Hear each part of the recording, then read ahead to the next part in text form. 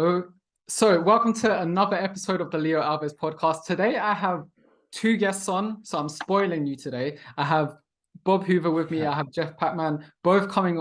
They've both been on the podcast before, so they're not new guests. So I'll let them introduce themselves. They probably don't need to go into too much depth as again they've been on before. But again, I'll let them say a few things about them, and then I guess we'll get this podcast episode underway. So Bob, I'll start with you, alphabetical order, and then Jeff will go with you. All right, yo, like you said, I've been on the podcast before, but for those of you that don't know me, my name is Bob Hoover.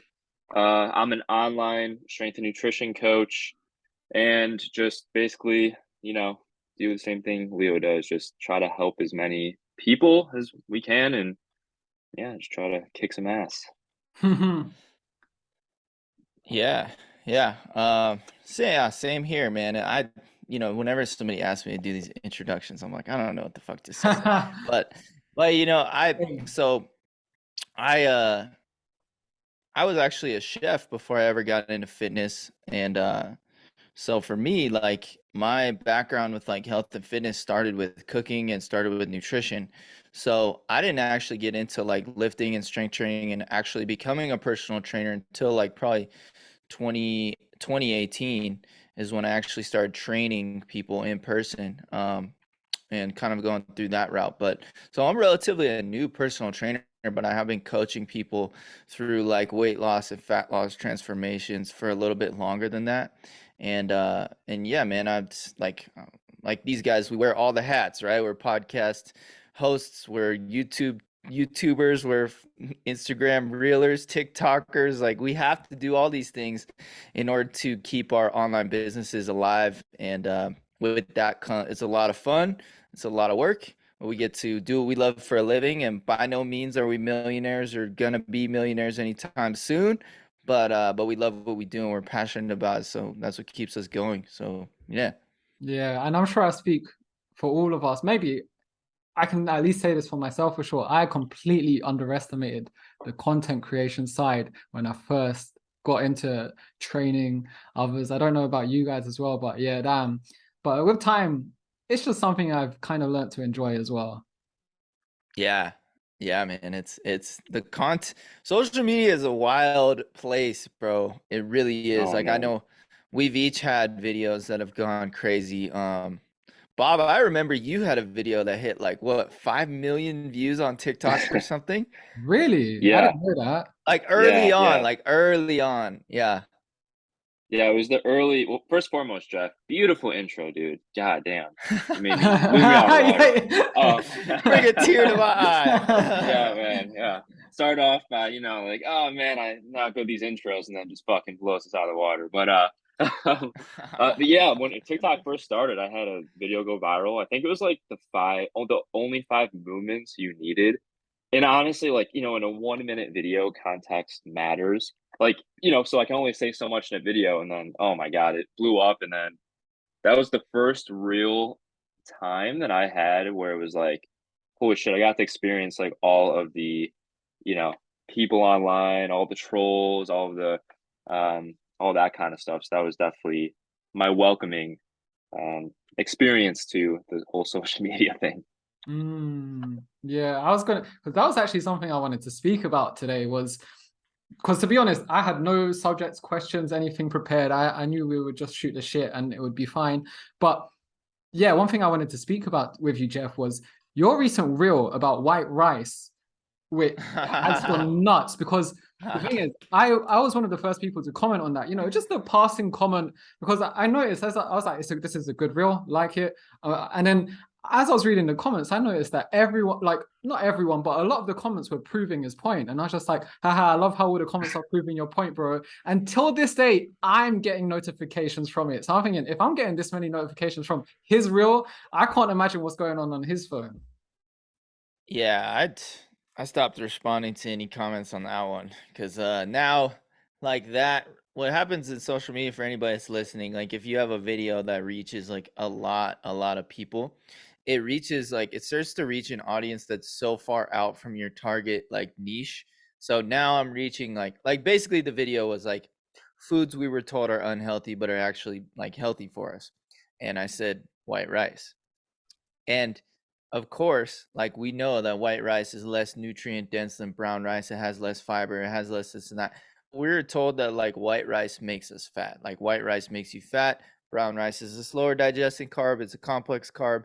You know, you should only eat brown rice. That's like what I was told when I was first getting started with fitness. So what I've learned is completely different from that. And it's not so much that white rice in isolation is a healthier food, but the healthiest countries in the world eat white rice for their staple meals on a daily basis. These are some of the healthiest populations in the world. So the fact that, and obviously we know that white rice isn't the reason why they're healthy, but it shows you that white rice can be a healthy component of people's diets, and it's a main staple for plenty of healthy countries in their diets. So that was my point of the video, is that it's not the rice, it's what you eat the other like 90% of your diet and what makes up that, and whether you're eating, you know, overeating your calories, or whether you're moving, or whether you're doing the other things in isolation. Like Bob said, you know, when you're making a short form piece of content, you can't go into the nuances of everything. So of course there were all kinds of shit comments and people saying like, I have diabetes, this is fucking, you can't believe you're telling people to eat white rice, you're trying to kill people. Like, I'm like, dude, it's not that deep, man. Have some rice and beans and some fucking, you know, some food. Like when you go to Chipotle, are you getting the brown rice, bro? Because if you get in the brown rice, you're built differently than I am. I'm getting the white rice every time. Dude, That last cilantro, week, that cilantro lime white rice hits different. yeah, last week, side story, they had no freaking white rice. I had to get the brown rice. My whole Chipotle was ruined. I was so pissed. So pissed. But I'm actually like curious, like your guys' thoughts. Like why do you think that is? Like why do you think one certain food gets demonized like that? Like something as simple as white rice, or something as simple as white potatoes versus sweet potatoes or brown rice. Like, you know what I mean? Like why do you think there's this huge debate over these very specific things that don't matter really that much in the grand scheme of things? Like it, why do you think that is? It's a really good question. I think what I've seen, especially when I was younger, was like the fitness and nutrition space used to be really, really dogmatic. And this was before like there were a lot of evidence-based people in the space to kind of like rectify things. So who already had like platforms at that time before social media, before all that, right? It was like people who wrote books, people who wrote articles. And with Google being the way it is, like articles used to be the biggest way that people found content. You can search right now, is white rice healthy for you? And you'll get the top articles will be like Healthline, Live Strong, like all these big companies that they pay other people to write these articles, and they're not really going to give you the science backed information. They're not really going to give you the PubMed articles on these things. They're not going to give you the context of whether, you know, all of these foods in isolation. They're going to tell you whether in isolation these foods are better than these foods or what have you. And they're going to do what YouTubers are doing now, which is like clickbait. So they're like, how can we create controversy, which drives traffic to our site, which drives traffic to our products, which sells things, right? Saying eating this food in moderation is perfectly fine is just not as clickbaity. It's not as controversial. It's not going to get as many views and clicks and traffic to their products. So it's very, very similar to that. So that's my theory, is that these companies hired other people to write these articles, and then it created all of this fear around foods. And then doctors created these books. So like doctors who had these big platforms from selling books, they created like, oh, you know, the brown rice diet or whatever fucking stupid diet people want to. There's so many stupid diet books. There's like the cabbage soup diet, the fucking, you know, the potato only diet. It's like there's so many stupid diets out there. And it's all these doctors who wanted a cash grab, who could make these like diet books that people are like, oh my God, the starch solution. I'm going to read that book and I'm going to finally lose weight and get healthy. And it's like, nobody's talking about a calorie fucking deficit in those books. So it's just sells. It sells. Controversy sells, and it's sexier than being like, eat what you want in moderation. Just try to eat healthy things most of the time. Yeah. Yeah, dude, I think, sorry, Leo, go on. No, go for it. I was just gonna say I completely agree with Jeff right there. I think it's like, how can I get the attention? How can I make money from this attention? And I think that's like Jeff said, like the real answer is just so simple that, you know, it's like, how can I make this sound unique just to, like Jeff said, get kind of like a cash grab off it. Yeah, and there's not too much I can add to what both you have said, what you've both said, but I think this is just a very good example of the fitness industry, or a section of the fitness industry, doing what it does best, which is, you know, just running, as Jordan Syatt would say, running on a pendulum of extremes. You know, everything's always got to be right or wrong, good or bad, and there's no middle ground of anything, or no context, which is, in fact, that's one of the most, you know, that's the most important thing. And yeah, so when it comes to something like white rice, yeah, you know, that's the same thing is going to happen there. And it took me, you know, that, as you said, back in the day, it was only articles, and it was a lot harder to find good, trustworthy sources. So even when I was starting my fitness journey, I reckon it was only like 3 or 4 years in, maybe 3 years in, when I figured out what calorie deficit actually is. So, and that's quite a long time, considering to, you know, how long It is. take It's someone out. literally it's the most important aspect of changing your body composition and arguably your health. And it's like people don't even know what that is. It's like they know Yeah. what keto is and intermittent fasting, and they know all that stuff before they even know what a calorie deficit is, bro. So like that blows my mind to this day. And same as you, man, I didn't even know what a calorie deficit was until way later in my fitness career. I didn't understand energy balance. I didn't understand calories in, calories out. I had heard it, but I didn't really understand it. So it's just funny that like the most basic fundamental principles of like energy balance is what we learn, like, you know, 4 or 5 years into understanding fitness and nutrition. And the crazy thing is too, like that, so that's actually why I did keto for so long, because I was having trouble for the first time in my life losing weight and cutting down. And I had no idea. And like you said, Jeff and Leo, I didn't know what a calorie deficit is. I didn't know anything about energy balance. I just assumed, oh shit, I'm eating these carbs, and I've seen other people go on this keto diet and it worked for them. I'm like, hey, let me try it. And it makes sense. Like in my mind, I'm like, oh yeah, you burn fat. But like, even in like when I went to college and I took nutrition classes, this is how fucking insane this is. They never talk about a calorie deficit. That's how insane it is. They still would talk about like carbs and salt and like all this stuff that it's not the foundation. It's essentially building from the top of the pyramid down. It's like the least important, and they don't even, you know, go down to the actual stuff that really matters. Dude, in my nutrition course in college, I literally learned about like enzymes, like the, you know, lactase and like, you know, and amylase and protease. Like I learned about the enzymes of like how the food breaks down in our body before I learned about what a calorie deficit is. They never talked about a calorie deficit once in my nutrition class. Same thing. And like I even learned about the different like acid, like fatty acid and chemical makeups of different fatty acids, and I still didn't even understand what a calorie was. Yeah, that's a great point. We were kind of the same way. We even had to draw sometimes the different chemicals, like the different bonds. Like it's just, I really can't remember even talking about calories or not even protein. It was all mostly like the only thing that made sense was talking about fruits and vegetables, which was really good, but they left out a lot of important stuff. Yeah, I'm smiling and laughing here because that just takes me back to when I was at university as well. First year, I'm sitting there and they're teaching me about the Krebs cycle, and looking back, I didn't care about that at the time at all. And looking back, I definitely didn't need to know about that at that point.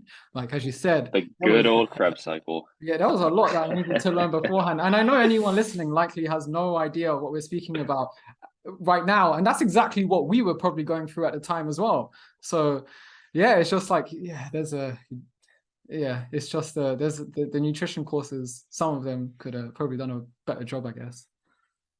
I know, man. Alan Aragon should be teaching the nutrition courses. That'd be great. I'd love that. I actually, They should if he you should just got, have like a video of himself. They just play in every nutrition course, a presentation from Alan Aragon. Yeah. Yeah. dude, that'd be epic. Like, let's petition that somehow, because Mm. like I just bought his book, Oh, and it's flexible called dieting. Flexible Dieting, and bro, it is one of the best books I've ever read about nutrition. Like, he goes over everything, bro. Like, there is a whole chapter on protein, and there's stuff in there that I've never known about, like about protein. Like, it goes so in depth with protein, carbohydrates, fats, how to change your body composition. There's even a section about like, he rates different like research. So there's like, he talks about uh why like systematic reviews and like meta-analyses and like randomized controlled trials, and then like he even talks about cohort studies and like correlational studies. Like, he talks about, like, he teaches you how to look at the research and decide whether this is a good piece of research to base your decisions off of or not. So if you're going to PubMed and you look at a study and you're like, okay, you know, are artificial sweeteners unhealthy for you, or are they dangerous? You can look at a study and see that the sample size, okay, yes, this one said that artificial sweeteners increased obesity or something. And then you look at and you, like, the random person would look at that study and be like, oh my God, no artificial sweeteners, they're terrible for you. Then you look at the study and you see the sample size was like a bunch of lab rats, and they were eating like twice their body weight in like aspartame or something. And you're like, really? We're going to base like how aspartame affects us based on these lab rats being fed like twice their body weight in aspartame every single day, when we're just over here drinking one Diet Coke per day? it's like, Right. dude, Which would be no like shit. 12 packs of Diet Coke if we drank that every It day. would, bro. It'd be a crazy amount of Diet Coke. And to be honest, you could probably drink 12 packs of Diet Coke and be totally fine, because the way that we are made up is we process things differently. And it's about they say that like the dose makes the poison, right? And Alan Aragon is super good at explaining this, because if you look at the chemical makeup of like a pear or an apple, it's like these things have chemicals in them too. Like, they have the makeups of like cyanide, formaldehyde in them, but they have such a small amount, and you're eating like one pear or one apple per day. You're not actually exposing yourself to a large amount of these chemicals that could literally kill us. If we were to eat, 25 pounds of pears in one day, maybe then we'd have some adverse effects. We'd for sure be shitting ourselves, but we'd have some adverse effects from like the cyanide or formaldehyde and these things. So the dose makes the poison. I didn't understand that until I was many years into health and fitness. Mm. Yeah, and I haven't read that book yet. It's one I've been meaning to buy. I might buy it next actually, because I'm nearly finishing my current book by James Smith, How to Be Confident, which is quite good so Yeah. far. But Yeah. yeah, I love the fact that what you were saying, how he's breaking down different studies and discussing whether or not they're a good study to base whatever finding it might be on. Because I remember going back to the white rice example, coincidentally, I remember there's this Facebook group I'm in, it's called Gym Rats. Sometimes people will post random questions in there, and you get a bunch of people commenting. Someone spoke about white rice and how, scared they were to start eating it again after avoiding it for many years. And I was saying, it's fine, blah, blah, blah. Basically what we were saying so far in this podcast episode.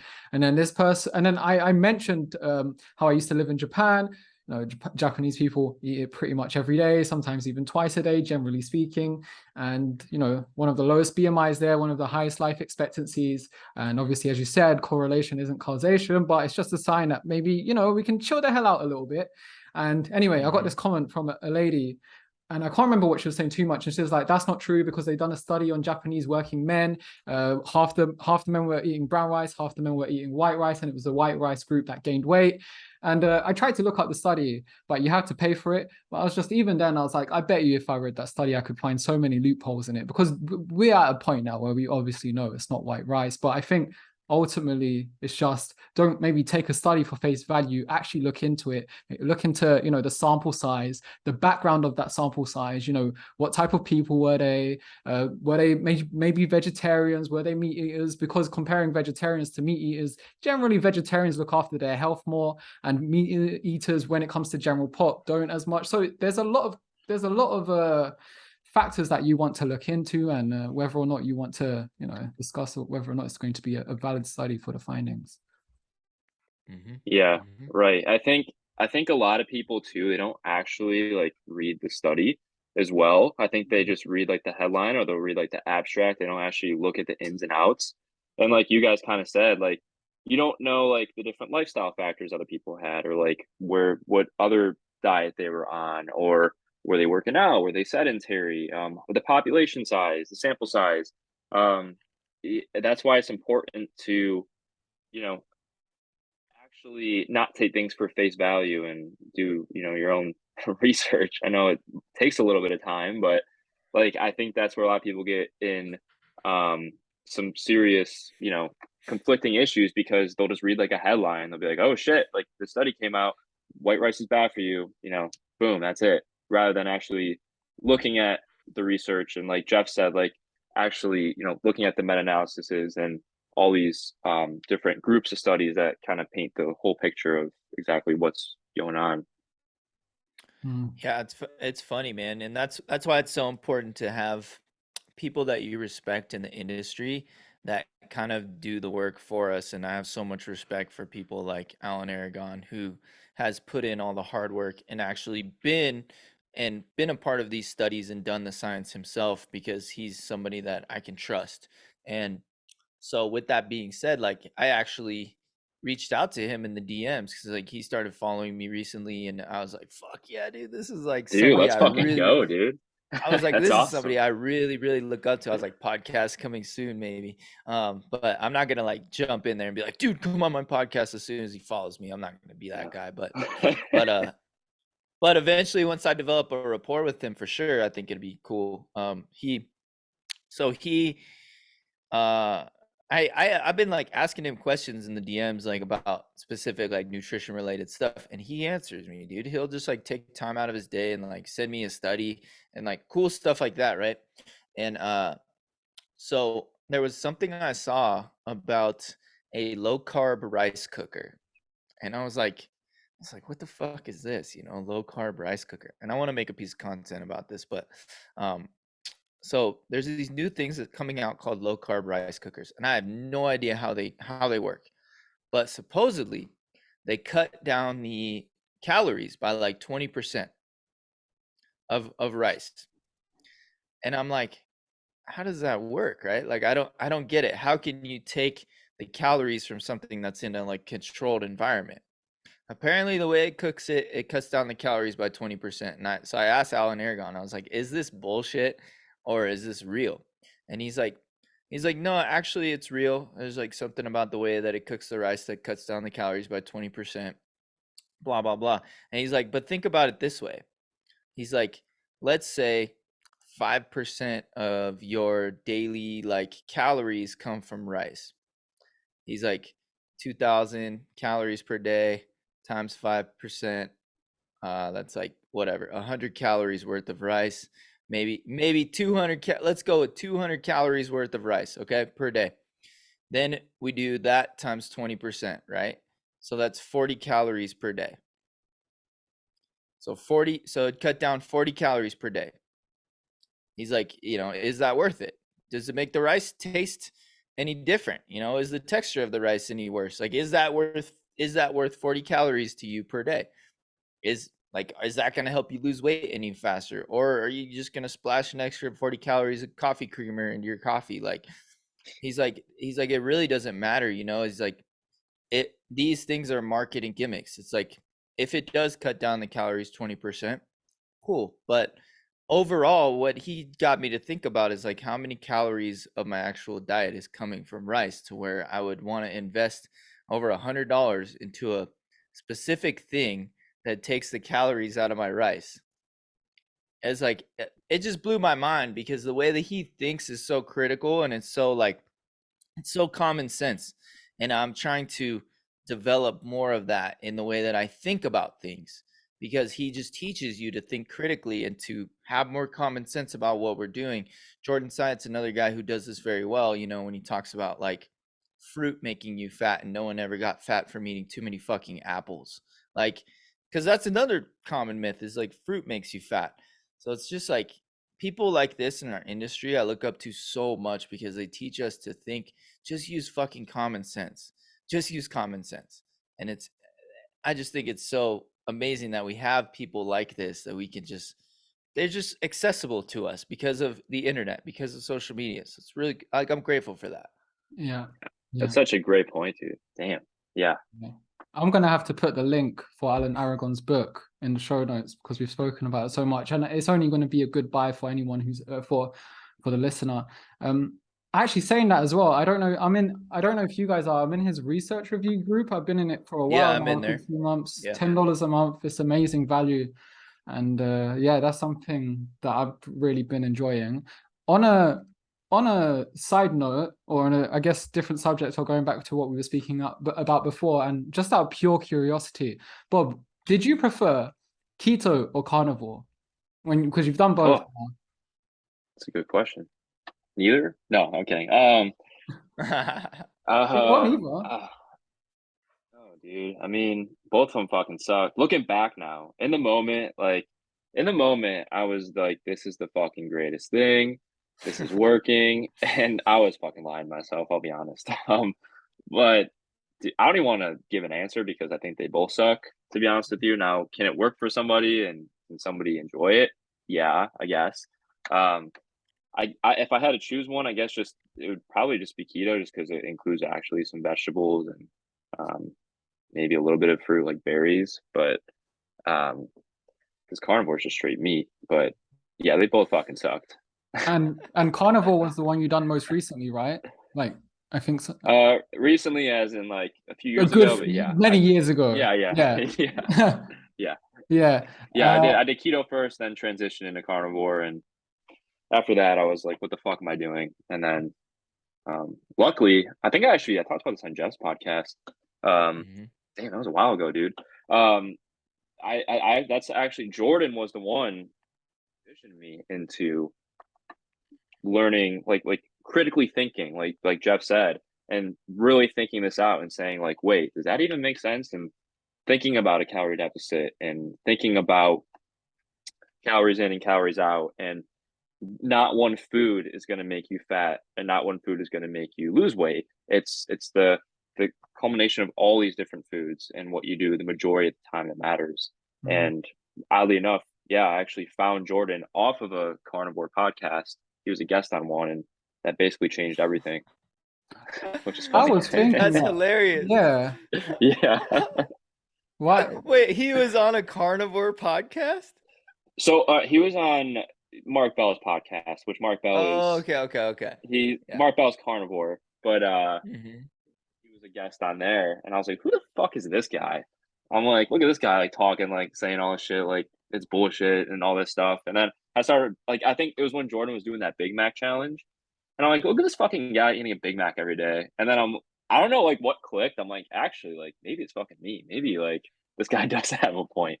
And then yeah. And then you went straight to the store and bought a Big Mac. You went straight to McDonald's after that. Oh, dude, yeah. And it was the best Big Mac I ever fucking had in my life. You're like, oh my God, I can have bread again. Yeah. I don't have to keep lying to myself. Yes. Yeah. Finally. Yeah. But yeah, so that's my answer for that, man.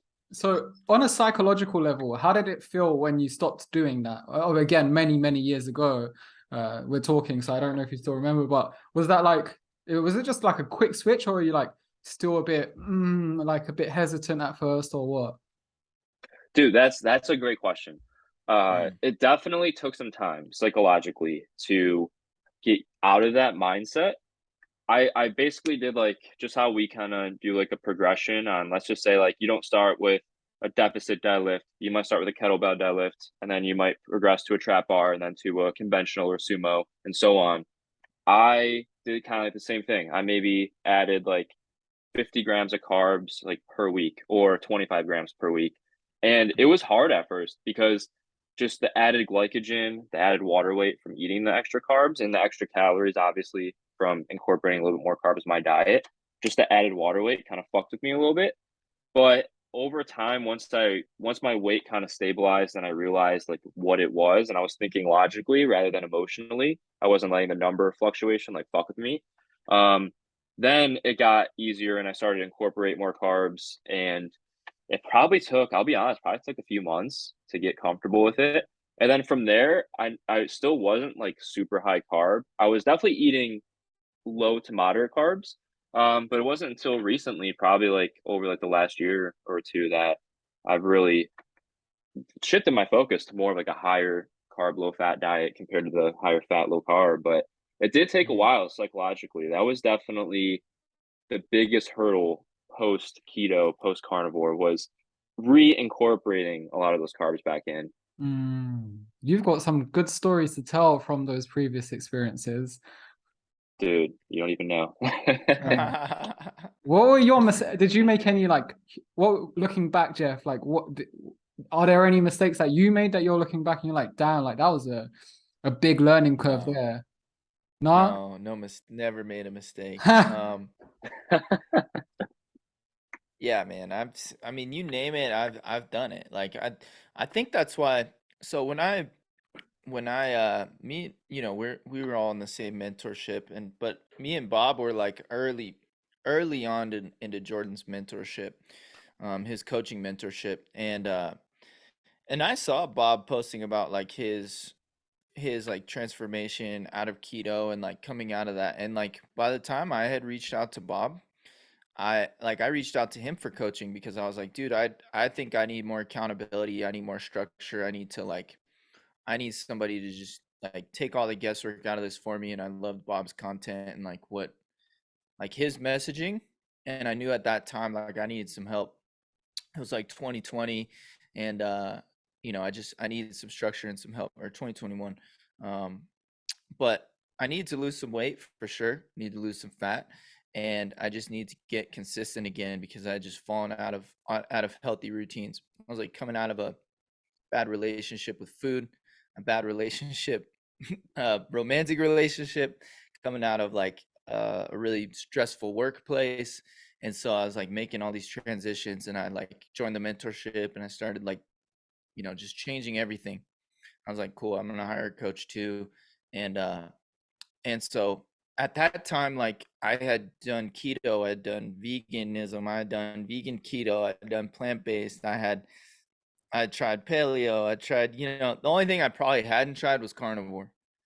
And but I mean, I was going crazy with like the fasting. I was like, okay, I was doing like 18, the 6, 18 intermittent fasting, and then I was doing the 20 and 4 hours intermittent fasting, and then I'd go a 24-hour fast, and then I'd go a 48-hour fast. So I mean, you name it, like I had done it, and I like thought that all of those things, like, boom, this is like the magic pill, like similar to Bob, like these are the magic pills for fat loss. Like it's not about calories, it's about hormones, it's about insulin. You got to control your insulin. Like I just was so misinformed. I'd been following the wrong people and getting fed the wrong advice. And similar to Bob, man, I found Jordan's content, and it was like a breath of fresh air. It was just like, it's just common sense. It just made so much sense. So this is like important thing for us to remember as coaches as well, is like create the piece of content that you would have liked to hear in the beginning of your fitness journey that like would have changed your mind about something, and just make sense, just make common sense, and don't act like don't be a dick, don't be a douche about it, like just like be compassionate towards people, because there's so much misinformation out there, and people have gotten scammed, and people have gotten duped, and people have been following the wrong advice for so long. So when I hired Bob, it was like, okay, i'm gonna I'm gonna eat the carbs, I'm gonna strength train, I'm gonna do things the right way this time. And like, dude, made a pretty amazing transformation, and just kept it going, and so for me, like, and I was coaching all through that time period. I had a coach, I was coaching clients, I was helping them see results. And I like had even had like some of my clients on keto at that time. So I was transitioning them out of keto while I was transitioning out of keto and being more carb, like having more carb phobia, and transitioning myself into it, out of it, transitioning my clients out of it. So it was like, it was hectic because I was dealing with my own psychological frustrations around like the scale and like seeing and like even digestion and energy levels and all of that. And just, I had swallowed this pill of like carbs being like bad for so long that I had to un like un unravel all those thoughts from my clients as well. So Mm. it was a transition period for me and my clients, and my content completely changed, my message completely changed, my mind completely changed. It was like, it's powerful stuff. But and to anybody listening who's like not in the fitness industry, maybe it's like doesn't seem that powerful, but to somebody who's been doing this for a long time, like it's a big deal to completely change your whole ideals and philosophy around how you view something as important about the way we eat. Because it becomes, when you put it on that much of a pedestal, you know, when people put, okay, let's say vegan, for example, and they put vegan in their bio, vegan in their username, vegan, you know, it becomes a part of your identity when you go that far. Hmm. And it's like you said, you're almost, it's like you're letting go of a part of your identity, and that's tough. Especially being a vegan and not eating carbs. Yeah, Because that that's must have been a literally, hard time, man. oh, dude. I mean, there's only a list of foods like this long that I could eat. This is crazy. How, It was so, crazy, bro. so you said you were doing all of those different nutritional approaches, paleo, keto, vegan, etc. Which one was the one that you did for longest? I was plant-based for the better part of 2 years, Okay. and um, I say plant-based because I really wasn't like vegan. I wasn't like buying vegan products and like marching with like animal cruelty people and stuff. But I was plant-based. Like I was eating plants, no animal products, and I did that for 2 years. I felt good about it. And I was working at a plant-based restaurant, so I was a chef for quite a while, and I was traveling with this plant-based restaurant. So like for me, I was like around people who are plant-based constantly, and then I was working in a restaurant that made it easy to hit like to made it easy. I had easy access to plant-based food 24/7. So it made it like a no-brainer, like okay. And this restaurant was like inside of a Whole Foods. So I could just like go walk and grab whatever I wanted inside of this Whole Foods. And I was working inside of this restaurant. So for me, doing the plant-based thing for 2 years, it was kind of exciting too, because I was like, I was like getting into more recipe development and stuff. So I was like learning different ways to cook new things I'd never cooked before and stuff. So it was kind of fun. Like I did that for 2 years. And the goal of, I think, doing all that was I just wanted to be healthy and feel better and lose weight. And that definitely helped with that, and I definitely felt good and was losing weight, and I thought it was the plant-based diet that was doing that. I mean, now looking back on it, it's like I was eating more vegetables for the first time in my life. I was eating more fruits, more whole foods for the first time in my life. And with that lifestyle, there's a certain placebo effect that happens where you're like, oh, plant-based, like you're gonna feel so amazing, you're gonna be have so much energy, you're gonna be incredible. And it's like the placebo effect is a very, very real thing. It's a very real thing. And the mind is such an incredible thing that when we are so dogmatic and we believe that this one thing is like the ultimate fix or the magic pill to whatever it is, you take that magic pill that's a placebo, all of a sudden you feel amazing. All of a sudden, all your problems go away, all you're fixed. And so it's pretty amazing how we can kind of, the mind can kind of transform externally into feeling amazing, and our health improves and like all of these things improve just Mm. from believing in something so much. Mm. Yeah, yeah, no, I was literally saying, I think I said it the other day to my email list. It was just if a placebo works, it works. And yeah, it was because, again, to reference James Smith, I guess, for a second time, I was at one of his talks last month, and he was talking about the placebo effect and how when he went to see, just, I guess isn't really a good or a bad thing. It's just an example of the placebo effect, but he just brought a random bottle of wine from the store. gave it to his friends who he saw later that day, he just made up a lie, said it was voted the best wine of 2017. And he said that everyone was giving it so many compliments that day. And he just thought that was super interesting. And to be honest, like if I was on the receiving end of that, I probably would have been complimenting the wine too, because I would have probably assumed the same with the placebo effects going on. But that is quite interesting that things like that happen.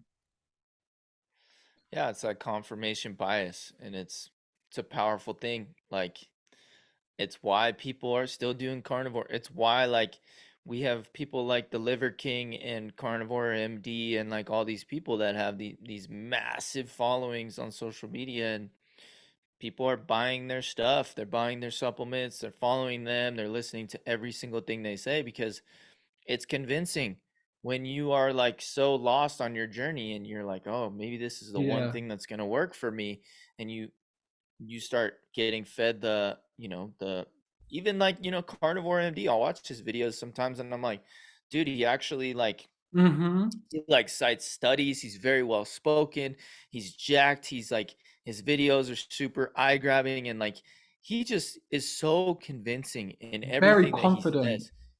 He's very confident, he's very convincing, and then like you see it getting debunked by somebody like James Smith or something like that, and you're like, dude, if I didn't know any better, I would follow this guy. 100%. Yeah, it's so convincing. Yeah, and the thing and is, and having the sorry, go on. Oh, go for it.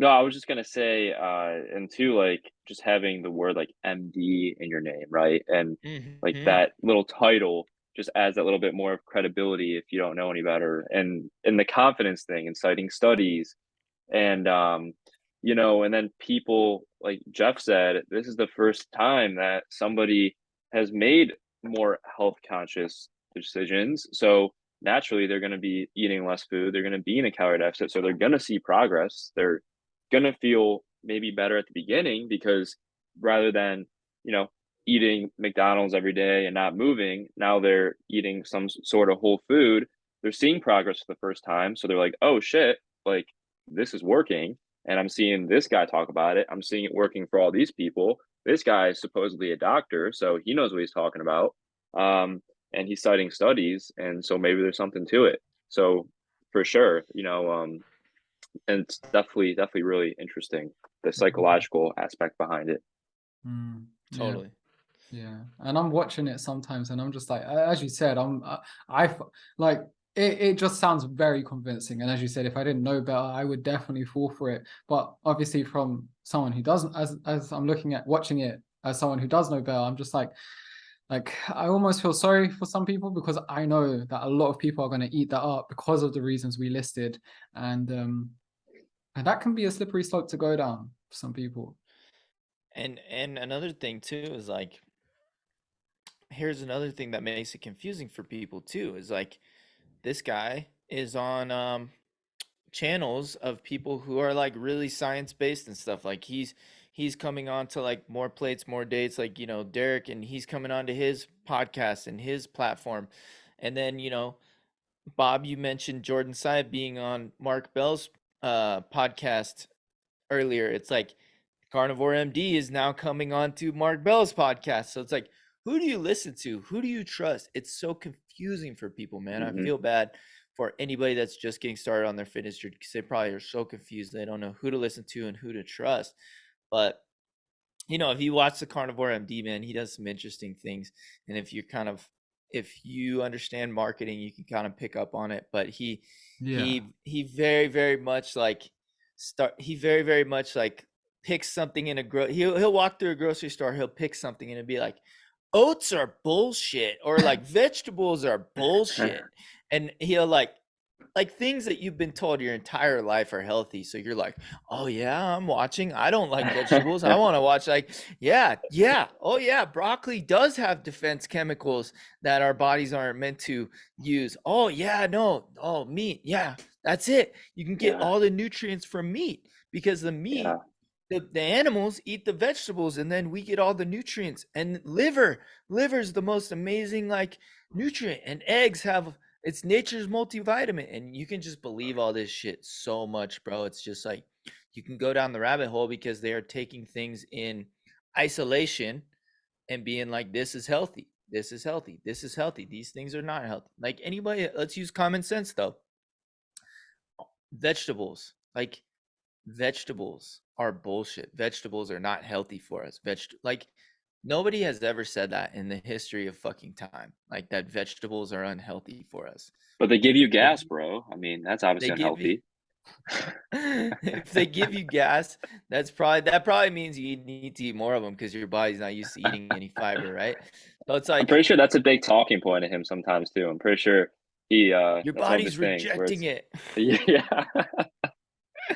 And if you notice, bro, he didn't it used to be just meat, and now he's like, fruit, you can eat as much fruit as you want. So like, and then he's like, honey, drizzle. He probably realized that everyone was getting sick and feeling like shit from not eating any carbohydrates and eating only meat. So he's like, oh fuck, I gotta get these people some actual nutrients. Okay, fruit's good now. Fruit's good. Okay, honey, yeah, you can put it on there now. Okay, everybody, that's it. And then next week it'll be like, you can have take a multivitamin. It's like Yeah. bro, he keeps changing Yeah. changing up his protocols. It's funny. Before we know it, in a year, it's going to be just a full regular diet. It's just going to have everything. It is, yeah. That's what I'm saying. Yeah, it's gonna be like, eat a salad every day. It's gonna be pretty much what Jordan Science says right now. Is gonna be Carnivore MD. Like 1 big ass salad per day. But other than that, don't eat any other vegetables.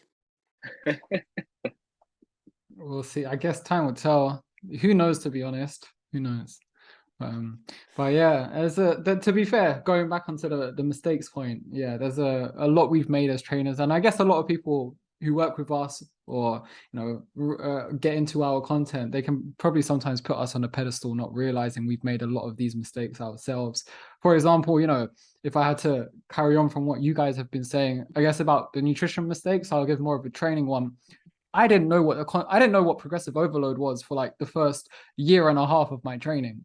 So the first year and a half of my training, maybe even 2 years, I could push it to that, I was just doing the same weights week in, week out, and then wondering why I wasn't improving.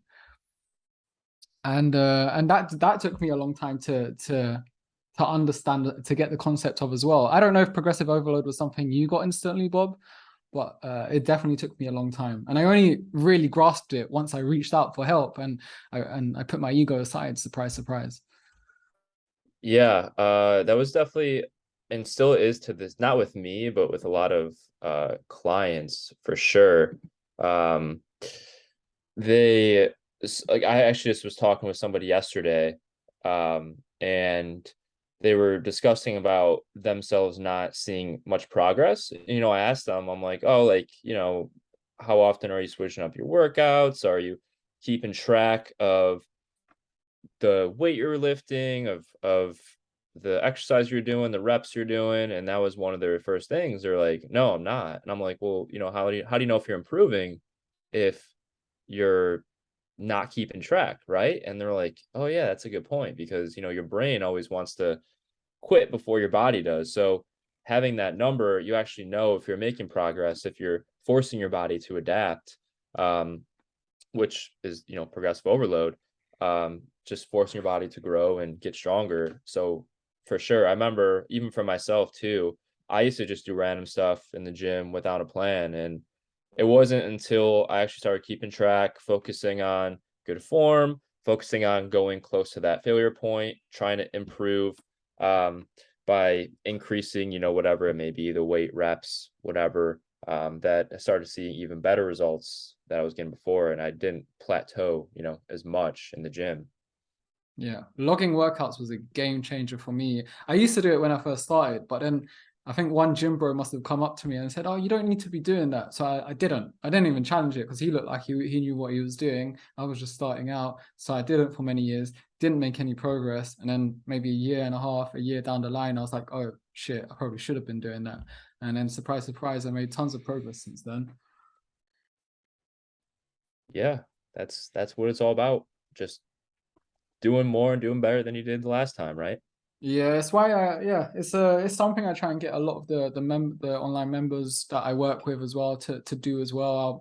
I'll provide like a spreadsheet to write down their workouts on, because progressive overload is such an important thing that I want to emphasize, teach them how to educate them on the subject, teach them how it's done, because I know if no one tells them, it's an easy thing to overlook and never really understand, and then maybe just end up going through the motions of your workouts for many years or months or weeks or whatever it might be. Mm-hmm. Did you have any training issues when you first started out, Jeff? Specifically? Oh yeah.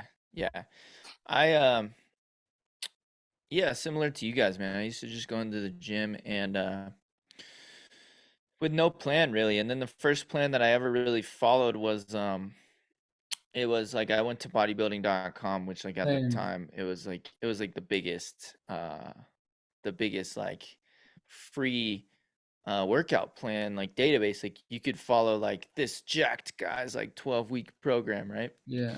And I think the first program I ever followed was is this guy named Lee Labrada, who's like a really famous bodybuilder, and I followed his 12-week program. For the first time in my life, like I followed a structured program. Like I went into the gym and had a plan. And this was actually really, really great because he used to throw in a video each day at the beginning, and it was like he'd have like a nutrition tip in there, or he'd have like a recipe, or he'd have like some sort of training tip or something like that. I went through this whole entire 12-week program, dude, and I used the exact same weights for the entire 12 weeks. Yeah, man. Like dumbbell rowing, like a 30-pound dumbbell for the entire time, right? Because I didn't like watch the videos. I didn't read any of his tips about like progressive overload and like training to failure, none of that. So I just was doing these like really casual, leisurely workouts. And at the time for me, like that was hard. They were hard workouts. They weren't easy. But I went through his program and like, yeah, man, I never wrote down my weights. So I never could remember like how much weight I was doing for the dumbbell row, the pull-ups, any of that. So I just pick a weight that looked good and I'd like try to remember in my head. It never struck me to bring a notebook and write down my numbers. It never occurred to me. I think in like 2016 or 2017, I first started writing down my numbers. I was getting into powerlifting a little bit, getting into like, when you get into like powerlifting and like the big three, like you want to increase those numbers. There's like a certain ego to it. So you keep track of everything and you know exactly what your numbers are on bench, deadlift and squat. So you know what those numbers are. So you're trying to beat them. And so that was the first time like I probably applied progressive overload and like started seeing changes to my body. And so I thought it was powerlifting. I thought it was like, oh, powerlifting's, that's how you get jacked, dude. Powerlifting. Bodybuilders don't know what they're doing. They don't do anything functional. There's no functional training. I was like obsessed with functional training and whatever that is. And I'd like follow Elliot Hulse and all these other guys, and they'd be like, oh yeah, bodybuilding's not functional. It's like it's ruining your body and your mobility and stuff. So same thing as nutrition, man. I follow these dogmatic approaches, and we all know that like any sort of strength that you build, any sort of lifting that you're doing, any sort of activity that you're doing, if it's more than what you're doing now, man, it's good for you, and it's going to improve your life in some way, shape, or form. Now, if you want to build strength and you want to get a lot more muscular and you want to not just lose muscle and fat, but you want to prioritize losing body fat and keeping muscle on, making sure that you strength train with like good intensity, keeping those weights like similarly to when you're building and in a maintenance phase is going to be ideal, and like keeping that strength up is important. So knowing what your numbers are and keeping track of those weights is important. And yeah, same thing, man. I have all my clients keep track of everything, and now I have my clients sending me videos of like their top sets. So their last like heaviest set, I have them send me a video of that so I can see like, is there any struggling going on? Is the bar moving any slower? Are they actually struggling on that last like 1 to 2 reps? Because if they're not, I'm gonna tell them like, hey, your form looks good. Let's go a little heavier. Let's push closer to failure on this last set. And that's been a game changer, because a lot of them just don't realize how far they are from actually training to failure. So Yeah, It's that's a been very really, good really cool point. thing to see that. Yeah, Yeah, yeah. I think I had something similar too, because like you said, Jeff, I think realizing like what failure is, like I kind of said before, like our brains love to quit before our actual bodies do. So we may think that we're close to failure, but if you took a video of yourself, you're like, holy shit, I probably had another 5 to 10 reps left in me. I had a in-person client the one time who I wanted to take her through her first time through failure on like an isolation movement. I think we were doing a bicep curl, and we had a range of like 12 to 15. I'm like, all right, we're gonna go to failure. Like it's an isolation movement, so it's not as much systemically taxing, it's not fatiguing. So let's get after it. So we were at about like I think rep 12, and she's like, oh my God, I have like 3 more. I'm not even gonna be able to go. She ended up getting about 30 reps. So she was 15 reps shy of what she That's not thought. unusual as well. Yeah, exactly. No, that's usually normal. So um I think I honestly, in my opinion, I think actually going to failure at least once and videoing yourself, that way you actually know what failure is and that you can see what that looks like um, on video, and you can see like how your tempo starts to really slow down once you get close to that failure point. That way, when you're in the gym lifting, you can know like, all right, like holy shit, this is getting really hard. The tempo is starting to really slow down. I'm really struggling lifting these weights. Like I'm definitely probably 1 or 2 reps I got left before I can't get any more. Mm. Yeah, man, that's a good point. Yeah, I used to hate training to actual muscular failure. It used to be like, I'm like, hell no, that's that's torture. Why would anyone do that? You Right? know, yeah. Oh, it's fucking But hard though. now I take like probably 80% of my sets to failure because like I'm like, unless it's a compound movement or something where my back or chest is not supported, I'm taking it to total muscular failure on that last set because I want the most gains. I don't want to leave anything on the table. And yeah, it is taxing. It's a little harder to recover from, but like I just reduce my volume, the amount of volume that I'm doing per week, and I really like training that way. There's other ways to train, but I really enjoy that high intensity kind of training. I've learned to love it. I didn't used to love it. Now I absolutely it's my favorite thing right now. It's like I love it. I love going to the gym and just grinding out that last rep. It's my favorite thing. Yeah, that I can relate as well. That's because the thing is, probably when I started understanding the concept of progressive overload, getting stronger, etc., I realized, yeah, then I started realizing, okay, this training to failure thing. And then I went through a phase where I actually took every single set and every single session to failure. And obviously, looking back, I know that's a bit much. It's a lot now, because That's a lot, bro. yeah, I know. Looking back, that was obviously one of the mistakes I made when I was training.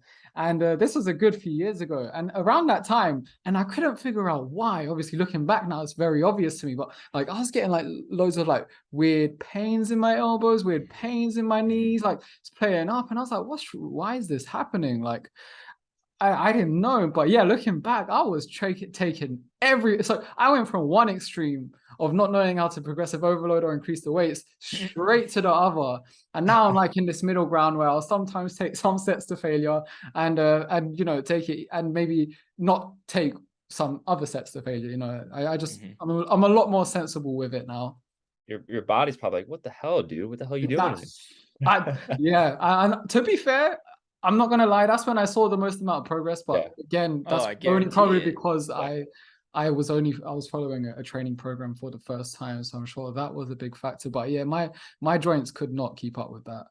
If you're not making a funny face when you're lifting, you're not lifting heavy enough.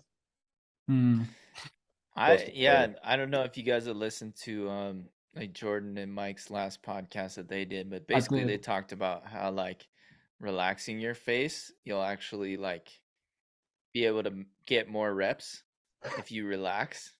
It's a And good point. which is funny, dude, because I like if you look at my face while I'm on that last rep, I'm like my eyes damn near bulging out of my head and stuff, and my whole head turns red, dude. So I gotta like I gotta be mindful of that. I don't want to just like burst. But yeah, so I've been like relaxing my face on the last few reps, and I'm hitting PRs left and right. It's crazy. Nice. That's what So we I got. never even thought of that, but it makes sense if you think about it, because I don't know, the more effort you put into something doesn't always, like they say, work smarter, not harder. And it's like for most people though, man, it's like they're not training anywhere near failure. So I've already learned how to train to failure. And so now I'm like focusing on kind of relaxing my face and my jaw and stuff when I'm coming into that last rep. I just thought it was interesting. No, That's it great. is. It's something I'm trying to be more mindful of as well nowadays. It doesn't look as cool. No, it doesn't, probably, especially not for social media. But yeah, no, it is an interesting subject. And when they're talking about it, it made a lot of sense. And yeah, it is something. Yeah, as I said, it's something I'm trying to be conscious of too. Yeah, Anyway, man. was there anything else that you guys really wanted to speak about before I wind it down, maybe? No, man, I think we covered some good stuff. Thanks for having me on, Leo. Appreciate it, Bob. Always good to see you, man. This was fun, dude. A little roundtable discussion. Yeah, I agree. This was I fun. agree. This was awesome, man. Thanks for having us on, Leo. It was, dude, I like this. I like this little round table. It was awesome. Yeah, it was fun. Bob, I did want to say, I was going to mention this at the start of the podcast, but then we went into some rabbit holes there. You got married recently. I wanted to say congratulations. Yeah, Thanks, man. brother. Congrats. I appreciate that. Yeah, how was it? That was like what, last week? It was last week. Yeah. Leading up to it, it was a lot. But I'm happy it's over. Everything went perfect. Couldn't have gone any better. And yeah, it was awesome. So I appreciate that, guys. Yeah, of course. That's dope, man. But yeah, no, I enjoyed this roundtable talk a lot. This was really good. We'll do a second one sometime, maybe a few months down the line, maybe in the beginning of 2023. We'll bring it again. But otherwise, yeah, you guys can share your social media handles. We'll go Jeff first this time, and where's the best place to contact you, and then we'll go for Bob after. Yeah, you guys can follow me at Jeff Pachtman Fitness, Pachtman, on TikTok, Instagram. Yeah, that's pretty much where you'll find all my stuff. Yeah, and then you can find me at Bob Hoover Fitness, just like the vacuum cleaner. At Instagram, TikTok, and then my website is the same. So yeah, it's pretty much the places you'll see me at. Okay, yeah, and if you're listening from Bob or Jeff's side, and you can also follow me at Leo Alves PT. So Alves is spelled ALVES, Leo Alves PT, and that's the same user handle for both for Instagram, Twitter, and TikTok. But otherwise, I'll put all the links in the show notes as well. And again, thank you very much, guys, for coming on. I appreciate that a lot. Great chat, and I'll see you guys around. Yeah, man. See you later.